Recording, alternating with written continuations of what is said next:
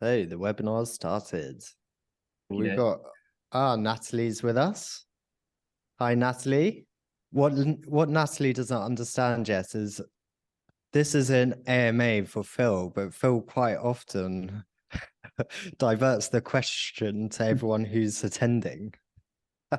So you're warning Natalie to be prepared. I am, yeah. Phil, if you're happy, why don't we get started? That sounds good. Okay, so thank you everyone for joining, and thank you anyone that is listening to this. Just whilst we are waiting for people to join in, please put in chat where you're from and what you would like to discuss today. And as always, this is a great opportunity to put Phil Squire, the CEO of Consalia, under a bit of pressure and to leverage his knowledge of all things sales related. I think this is your favorite thing of the month, isn't it, Will? I do enjoy it. I do. We've only got one announcement that my colleague Eddie is making sure I announce. We were so thrilled with those who attended and contributed to the discussion at our Leading Sales Transformation Masterclass with Axel Ferrioles, all around the topic of transformation. And I just wanted to announce that we got another one lined up. This will be with Grant Van Albrecht.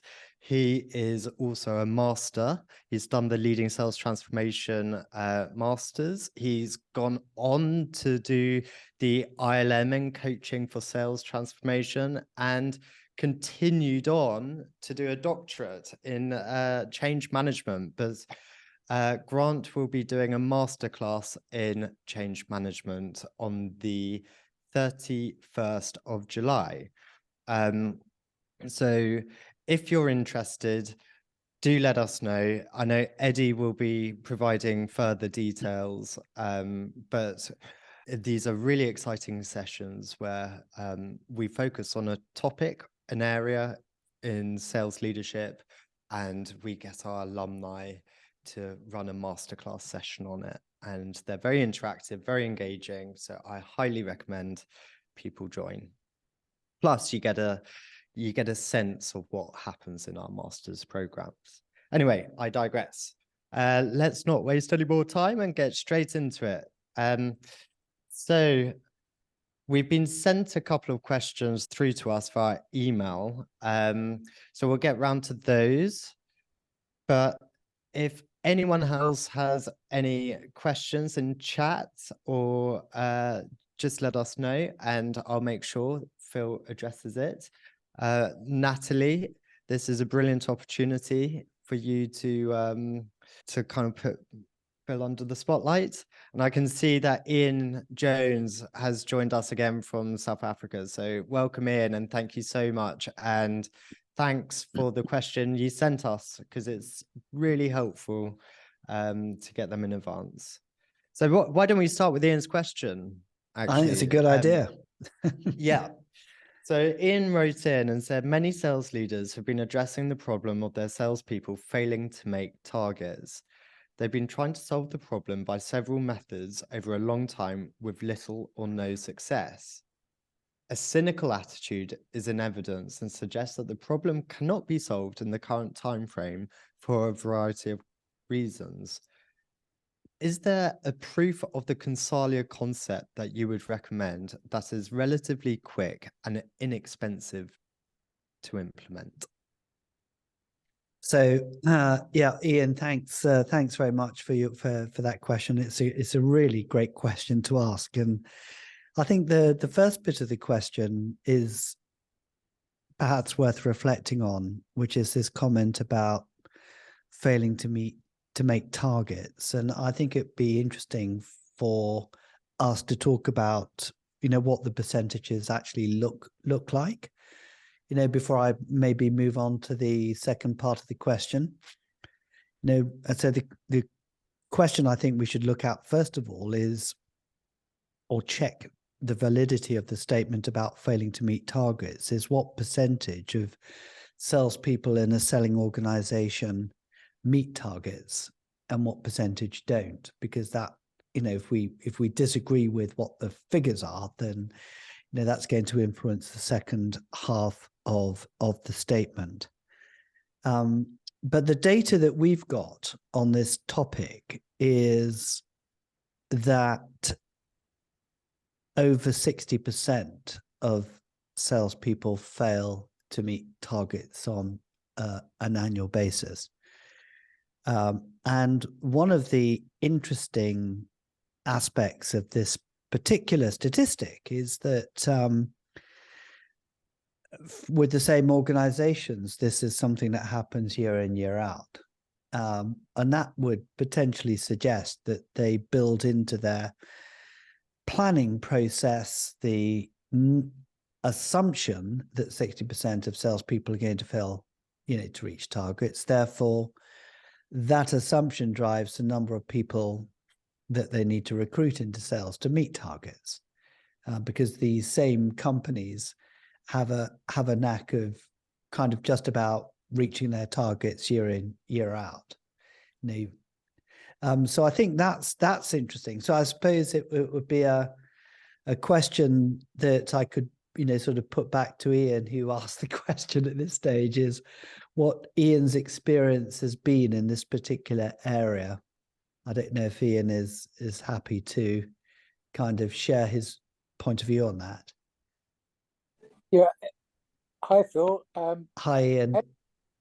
Absolutely happy to do that. We have a couple of organizations that I know about here in South Africa who have been doing what I've described. They've been trying to address this problem that the majority of their salespeople aren't making target. And they've tried a variety of methodologies, including the one that you just talked about, of hiring more salespeople in the mistaken belief that if you can spread the organization's target over more people, there is a greater possibility of the overall target being achieved. Yeah. And it seems as though, certainly in the two cases that I've got in mind, a cynicism to the point of saying, right, we're going to build into our targets for into our budgets for 2023, the reality that only 40% of our salespeople are going to make target, and somewhere around 60% are going to be between 20 and 30% short. And we'll just acknowledge that that is a fact going forward. So our forecasting will reflect the reality of the situation that we find ourselves in. And we tried so many remedies, say they, to this situation that maybe it's because of coming back out of lockdown, maybe they've got a variety of reasons that they're conjuring with as to why this thing seems to be so intractable, which is what led me to the question that says, is there any way that we could prove the Consalia concept in a way that isn't going to take them an enormous amount of time and a great deal of money, so that they would be drawn into persuading themselves that there was a solution to the problem that they confront. Do you mind if I just come on to that last question just a bit later? Sure. Because I think the implications of the stats as we see them, and you've sort of confirmed similar experiences in South Africa, is quite significant in terms of what does this approach do for the general sort of morale and motivation of a sales organization when so many of the sales organizations sort of fail to reach their targets? Or is it in the psyche of salespeople that this fear of failure to reach target actually spurs more effort into producing sales results, therefore more sort of likelihood that they'll reach targets? I'm not sure, but I think it'd be interesting to perhaps have Natalie's point of view on this as well. Natalie, if you don't mind kind of sharing what some of your experiences have been in a sales enablement role in your previous companies. What percentage figures did you or have you experienced with the organizations that you've worked for, Natalie, in terms of attainment of sales targets? So I think probably the last couple of organizations I've worked in, it's been around, I would say probably the 60% mark. Okay. And I think there's always been a consistent sort of challenge in getting the sales reps to really adhere to the best practices, sharing what it is that we've observed that's worked and really getting them to implement those things. And that, even though sometimes you might not think it's, or it doesn't seem like rocket science some of the time, it does still seem that salespeople tend to fall into the same old bad habits, maybe. And there is that need for that continual repetition to try and get them to do those things that we know that work. Yeah. So that's still, whether it's 60 or 40, there's still high, a high percentage of salespeople who, from your experience as well, sort of don't reach their targets. And no, I mean, so some of it, it is based on, let's talk about incentives for a bit. I know we've spoken on this topic sort of earlier on, but if you've got a sales manager who's targeted on achieving a certain figure, and he achieves that through, 10, let's say 10 people that report into him, and he achieves that target with 4 people, does he really care about what happens to the other 6? So quite a number of systems that I've seen, and this is back to your question, Ian, about, is there a proof of the Consalia concept that we would recommend? Could there be, could one look at the way in which sales leaders are remunerated so that their remuneration is based on the numbers, percentage-wise, numbers of salespeople who hit or exceed quota, rather than the figure in its own right?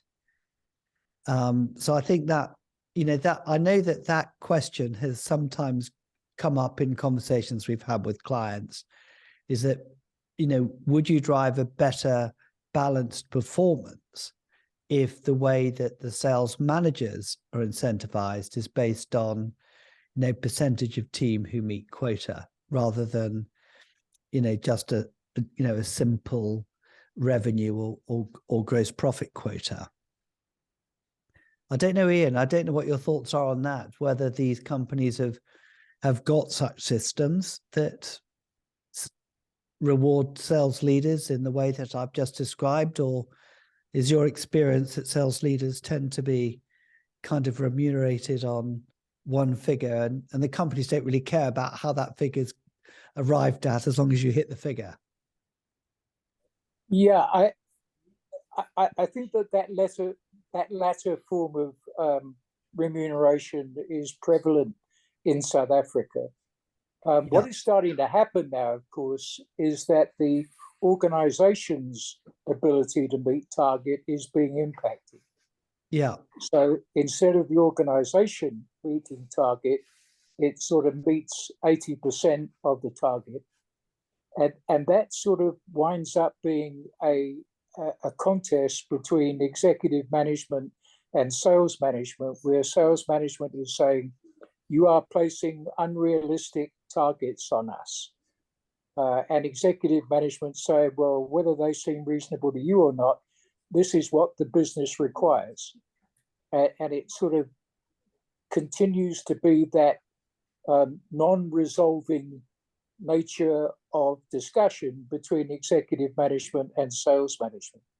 And I was wondering, Phil, if the reality is not to be, in terms of fixing the problem, is not to be found in some research that I know you have already done. Yeah.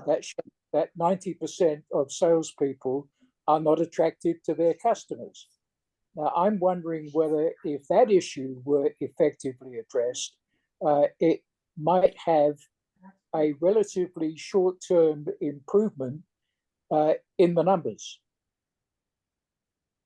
Yeah, no, thank you for kind of referring to the research that we've done. And I think that could definitely sort of play into this. Is a relatively quick and inexpensive way to implement some sort of change in sales performance. But I just want to come back to the management angle to begin with, because I think so many of these issues are to do not just with the mindset of the selling organization, but the mindset of the manager. And we have got examples of some of our students who have inherited a poor performing sales teams selling in a market which is tough, and where the performance across all of the salespeople have not only exceeded target, but exceeded target by a percentage that enables those salespeople to go to winner's circle. And this has been achieved, and this is maybe part of the answer that we could sort of talk about in terms of this proof of concept. This has been achieved by a sales leader who has an absolute passion about the way that they want to be recognized as a leader. So they want to be recognized as a leader, not just by getting one person in the team, sort of hitting the sales targets to achieve, his overall team target, but every single person in the team doing the same. So they do not regard themselves as a great leader unless all the people cross the line, and hopefully some of those people crossing the line extraordinarily well. So I think a lot of it starts with with vision, the vision of the sales leader, and then I think it's linked to a topic that I know, Ian, that you're really passionate about, which is coaching, and it's actually looking at how it's having a frame of mind and a mindset driven around recognizing people's potential, and then having a powerful coaching concept methodology in order to coach the individuals through all of the different activities needed to maximize sales performance. So this combination of a personal vision coupled with coaching support and ability are two incredibly important factors at a management level. And then I think you mentioned, Ian, the research that we've done around selling mindsets. I mean, we've seen some extraordinary improvements in performance by salespeople adopting, the 4 winning mindsets as we've defined it, and over a period of time, depending on the sales cycle of the client, producing extraordinary performance, whether it's in a quarter or whether it's over a 2-year period. So yes, I mean, we would recommend a culture in a sales organization that's built around the 4 differentiating mindsets of authenticity, client centricity, proactive creativity, and tactful audacity, coupled with a manager who has a vision to really want every single person in the team, to perform well with exceptional coaching skills. I think that combination is an ideal combination to maximize performance and hopefully sort of increase the stats in favor of 100% of salespeople meeting quota. So yes, we have got evidence, we have got published case studies to that effect. Do I see Will about to ask a question? I'm not quite sure. Yeah, I was just gonna, because I know the sort of case study you're talking about. Yeah. And one of the approaches this sales leader took was he spent quite a bit of time researching where the activity of his sales team was being spent. And I think, Phil, I was going to ask you the question around the importance of understanding what are the activities that contribute towards a healthy pipeline, because that's also something this sales leader did. Yeah, he did such a maybe great job on it. And it's interesting when things aren't going well. You said you tend to go down to the sort of, what's the root cause of, why is it that we're not actually sort of hitting targets? And so in the absence of results, you can't look at results. You've simply got to look at, well, what is the team doing? And yes, he did a lot of quite sort of forensic work in asking the sort of sales team to track the activities that they were doing and to whom, and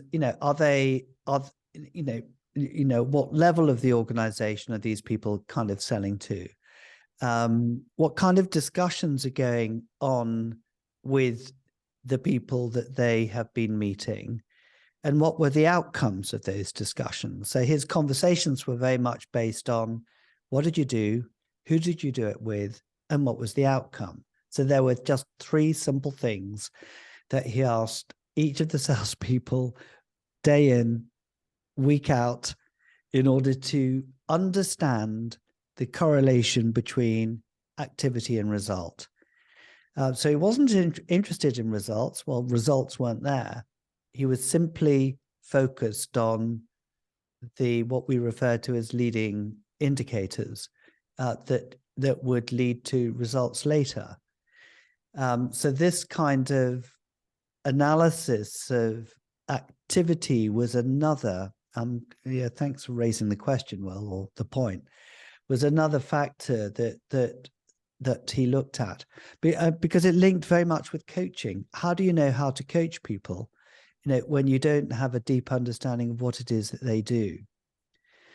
And we often find when we're talking to sales managers on the master's programs that we run, is when they start to talk about sort of the cadence of coaching, and it's very much linked to sort of quarterly pipeline, and they very much get all forecasts and perhaps pipeline. Forecast meaning what do they forecast in current quarter versus pipeline, maybe more future looking.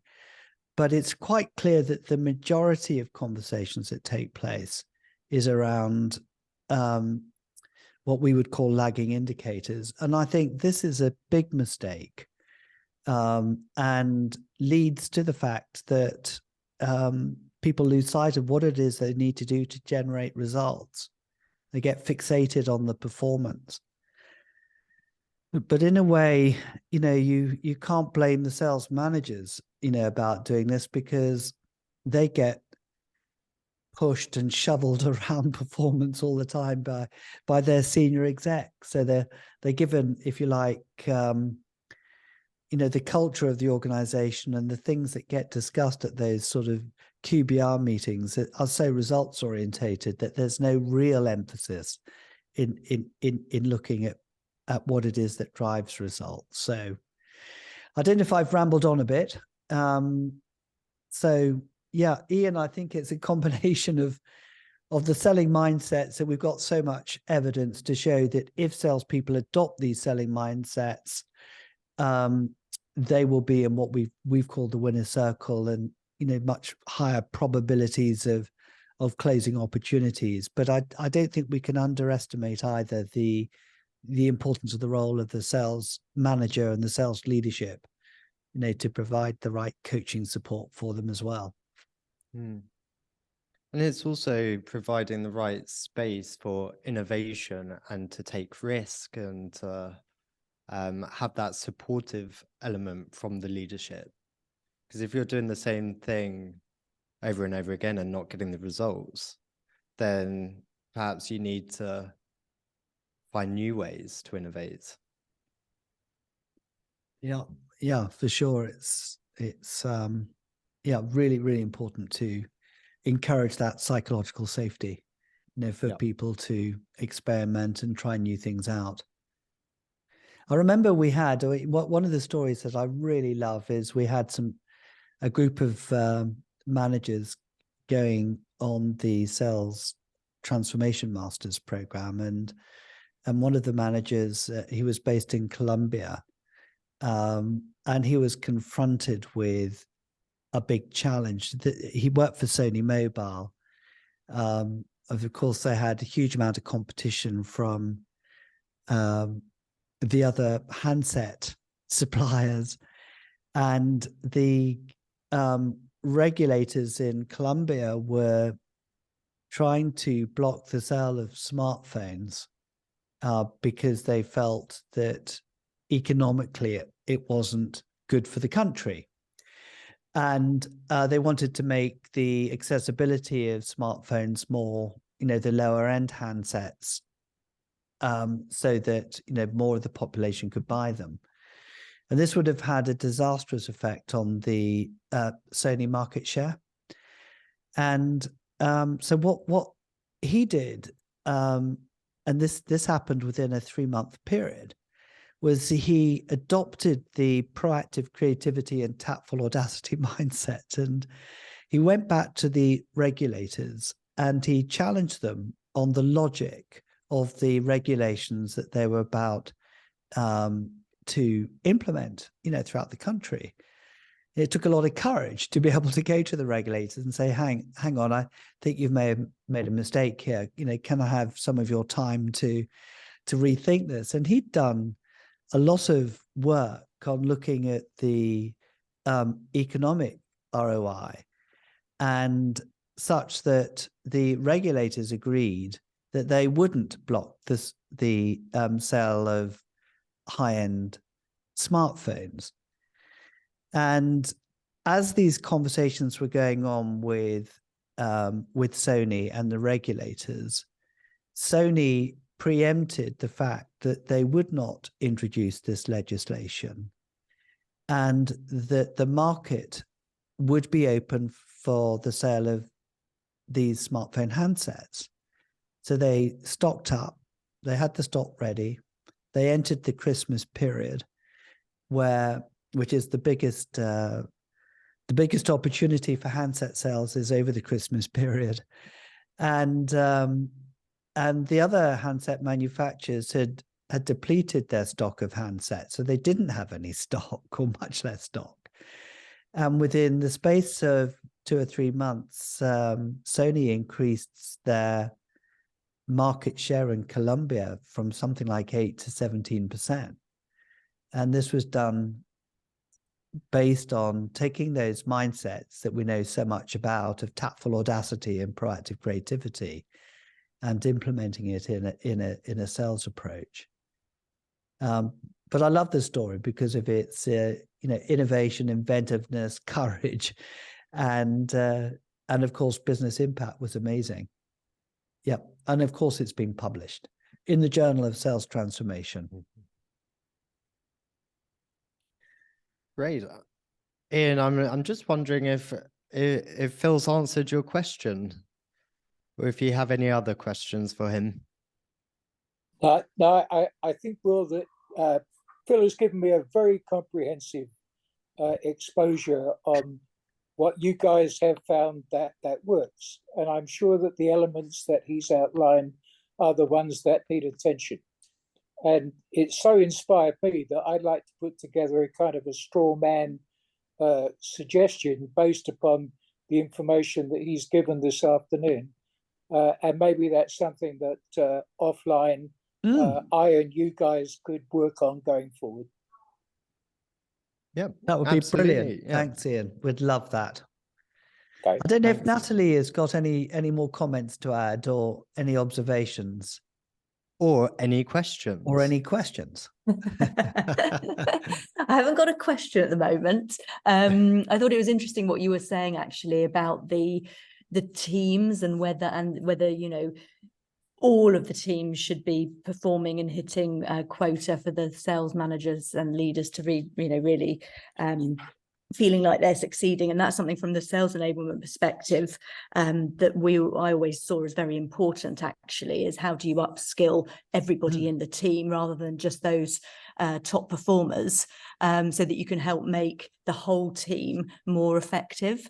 So I know that was something I definitely always had in my mind, is what can we do from an enablement perspective to make sure that we are upskilling the performance of the whole team, and also that focus on the frontline managers, you know, how important that is in terms of really enabling them and giving them the coaching skills that they need to be able to pass that on to their teams. And that, I think, is something that I've observed is becoming much more important in the senior exec's mind, is how can we make sure that our frontline managers are really ready to step up into that coaching role, especially where they've come maybe from they've been promoted up through the individual contributors up into that next role of manager, and as we know, they're very different skill sets needed for those two roles. So how can they really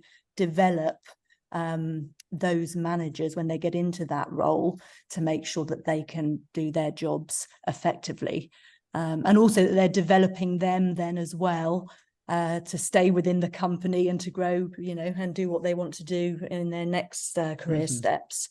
So I think, it's valuable for all round really to make sure that those managers have the coaching and development that they need. I mean, there's some interesting research by by Gartner on the amount of time that managers spend coaching, and they sort of segregated star managers versus sort of average managers in their analysis. And one of the things that they found was both these groups of managers tend to spend the same amount of time actually coaching.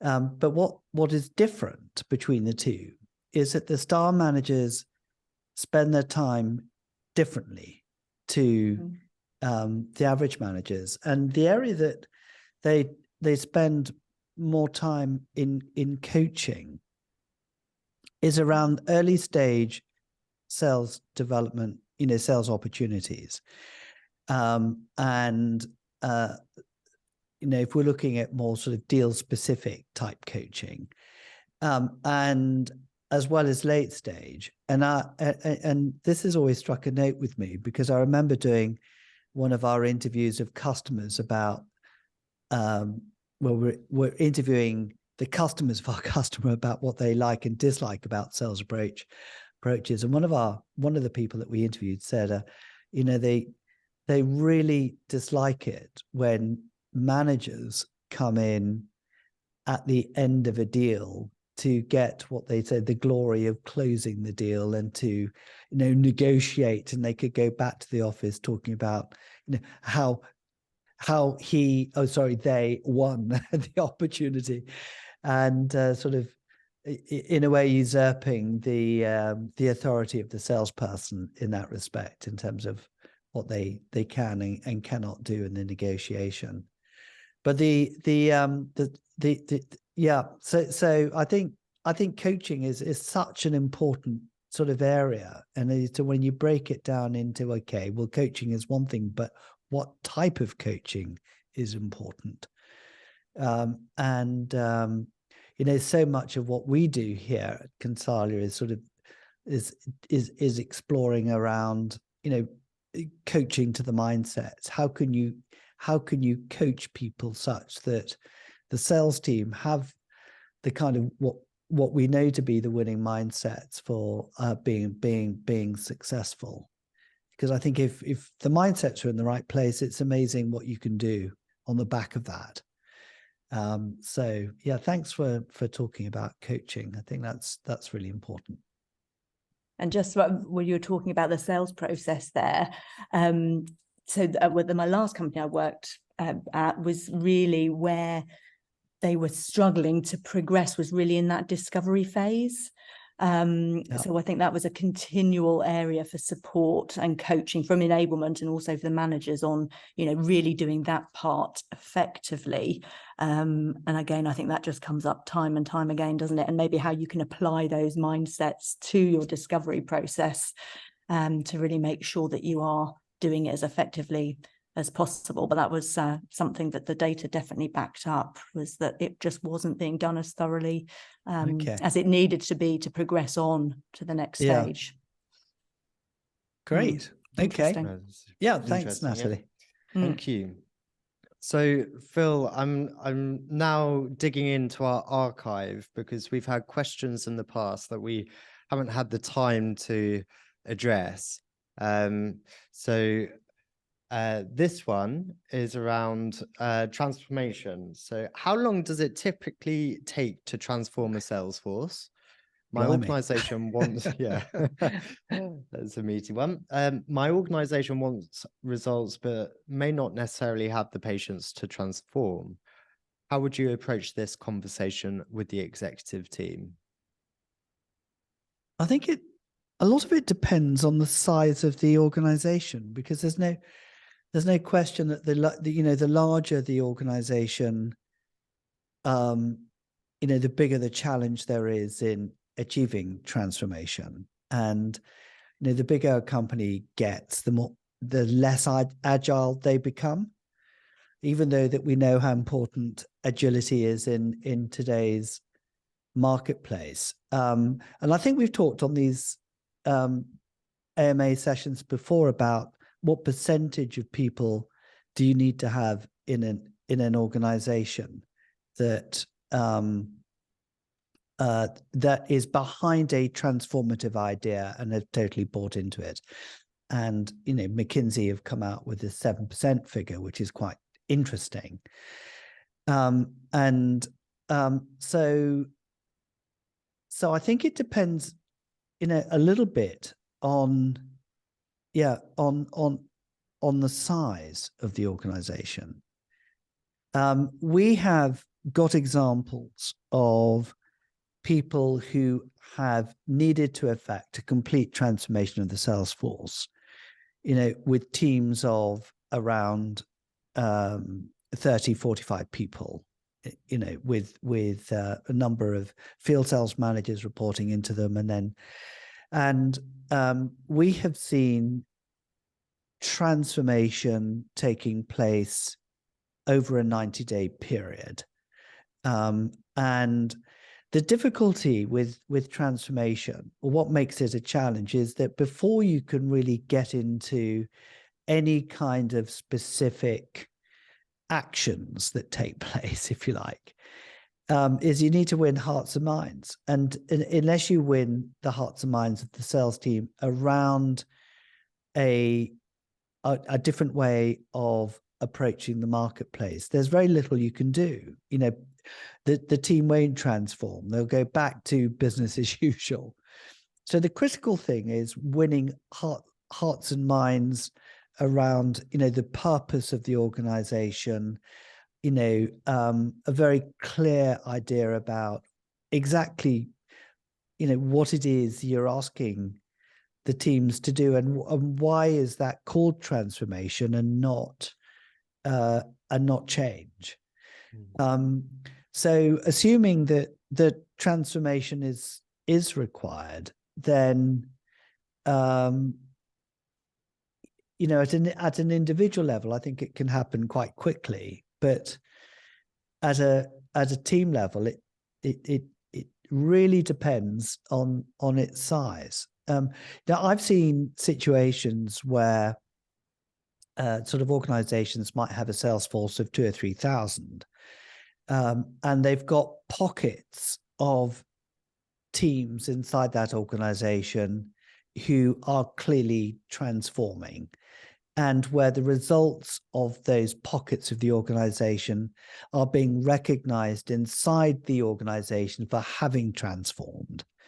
Yet trying to scale that from the 200 or 300s to the 2,000 or 3,000s, does take time. So I think it's a question of size and perhaps urgency. Perhaps it's the compelling, if you've got a compelling event that suggests, you've absolutely got to change or else the company's going to go bust or whatever it might be, then you're going to have people far more receptive to the idea of transformation than not. But even so, even with that compelling need for change, I mean, look at Nokia.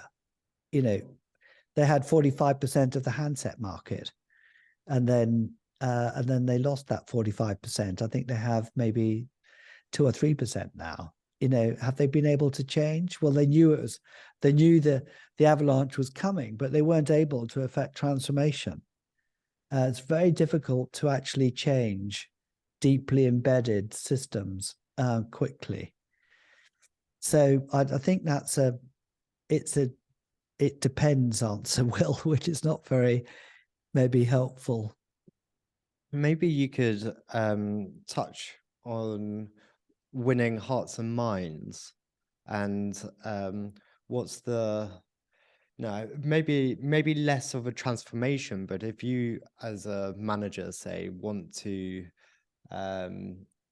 implement change, winning hearts and minds is quite tricky. And I'm wondering, through your experience, how you would have gone around winning hearts and minds to embed sort of behavioral change. I mean, I think it has to be, to some extent it has to a large extent be a collaborative process, and it typically starts in sort of Kotter fashion, in a way, where you've got a number of people in a quote guiding coalition who've come together to to talk about the requirement for transformation and can see that it's much needed. And between those limited number of people, to define a process to win the hearts and minds of the others inside the organization.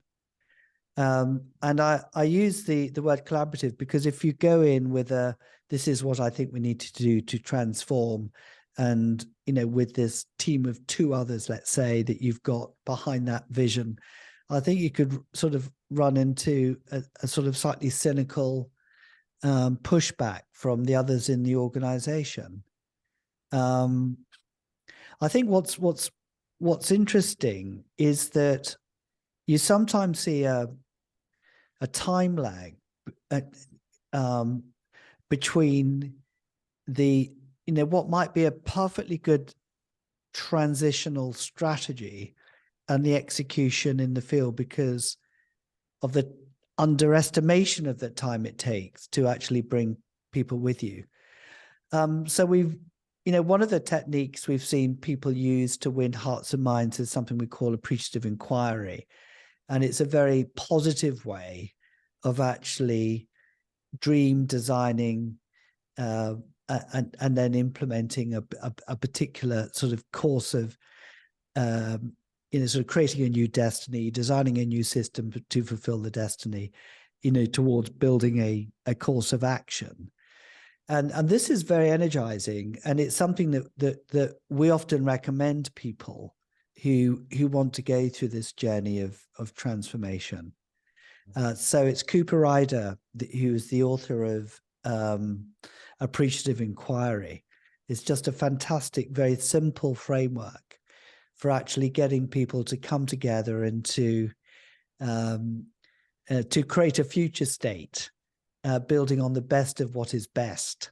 So it's a very nice way of looking at sort of problem solving, but it does win hearts and minds in a very positive way. So yes, there are various tools and techniques that one could use to actually help an organization structure a process towards transformational change. Great, thank you. And one last question. Okay. You've been under the spotlight I enough. have. Yeah, I seem to have done Um, slightly more talking on this one than previous. I know. But yeah, you'll be relieved to know it's just one more question, and it's 73% of millennials are now reported to have decision-making responsibilities. How should salespeople adapt their selling practices for this new generation? Yes, it's very interesting because when we spoke about this sort of slightly early on today, and I think what do I think about that? And it's sort of making me feel very old. When we start to define which is the age bracket, and that I was actually there's an awful lot of data, isn't there, coming out now about this particular genre of decision making process, and their sort of preferences are not to sort of they like to do a lot of their own research. They don't want so much engagement with sellers.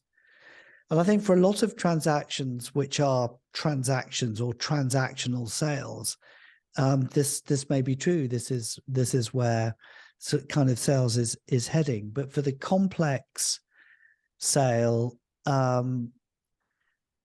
it's important, for both the supplier and the buyers to get together. And I think millennials who are not used to this notion of collaboration, partnership, if they're not used to this notion of exploring innovation through the suppliers that they have, are kind of missing a trick. And the projects may fail as a consequence of that. But I may be a bit old-fashioned in my thinking on this, but I think the world is moving so fast and so quickly that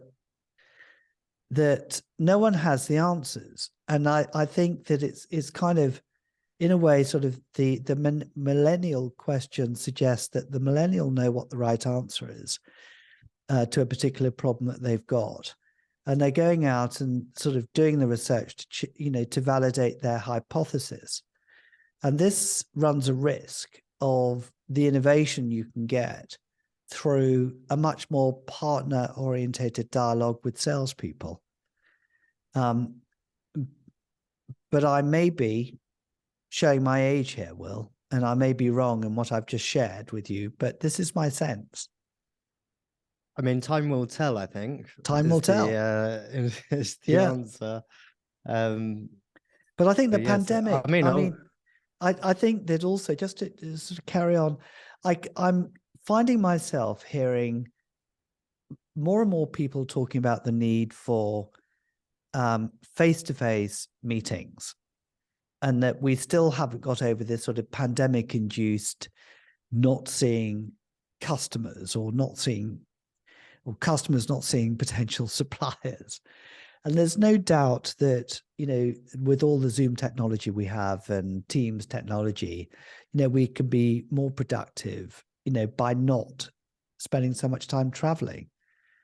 But in spite of that, we're still getting people regretting the fact that they're not spending enough face-to-face time with customers as well. So that's just an observation.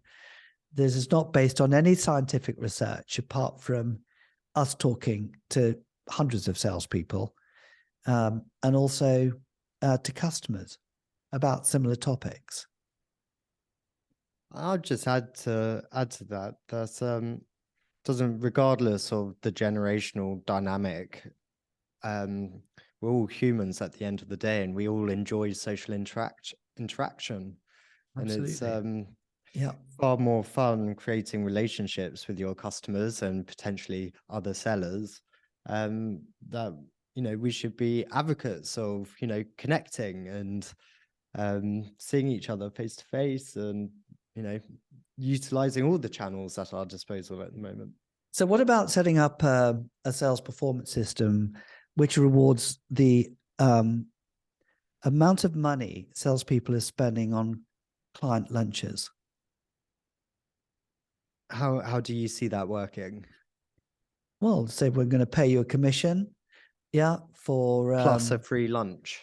yeah, plus a free lunch. Yeah. I like it. Yeah.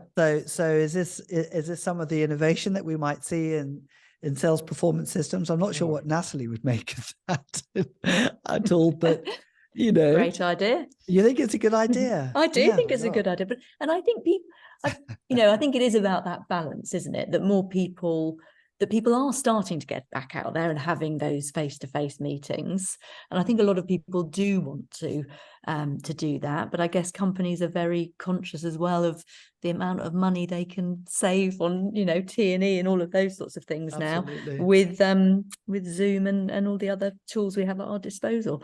But no, I agree with you both. I think it'd be nice to be able to get back to that more face-to-face, in-person interaction. Yeah, agreed. Well, thank you very much. Thank you, Ian. Thank you, Natalie, for joining us. And Phil, thank you so much for your time and for this session. I hope it was a enjoyable great pleasure for everyone. It is. Yeah, looking forward to the next one. Thank you. Yeah, thank you, Will, and Ian and Natalie for joining us as well. It's been brilliant. Thanks. Bye. Bye-bye. Thanks. Bye.